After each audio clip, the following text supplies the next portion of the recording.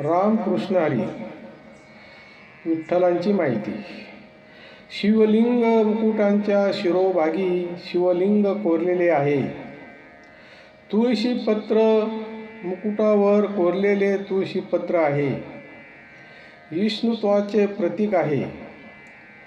पिवळी अर्ध पुंड तिळक श्री विठ्ठलांच्या कपाळावरचे पिवळे तीळ हे विष्णू स्वरूप आहे. मकर कुंडल कानातील मकर कांती कुंडले ही दिव्य अलंकार आहेत.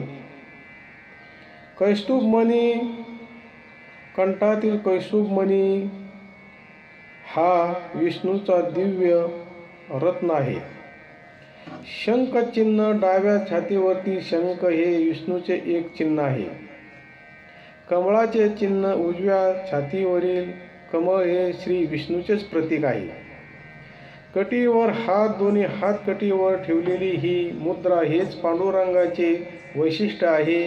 ही मुद्रा भक्तीच्या पाहणाऱ्या विठ्ठल दयाळू देवाची ओळख आहे.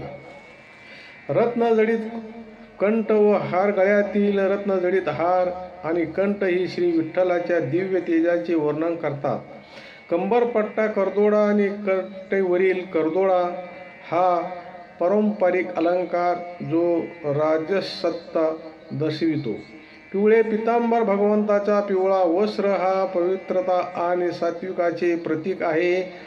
सुकृती काळा पाषाण ही मृत्यूशुद्ध काळ्या पाषाणातील सुकृती मृत्यू असून शेकडो वर्षांची आहे. आई वडिलांची सेवा करत असताना भक्त पुंडलिकाने वीट फेकली. ती वीट पवित्र आहे ज्यावर स्वतः भगवंत विठ्ठल उभे आहेत.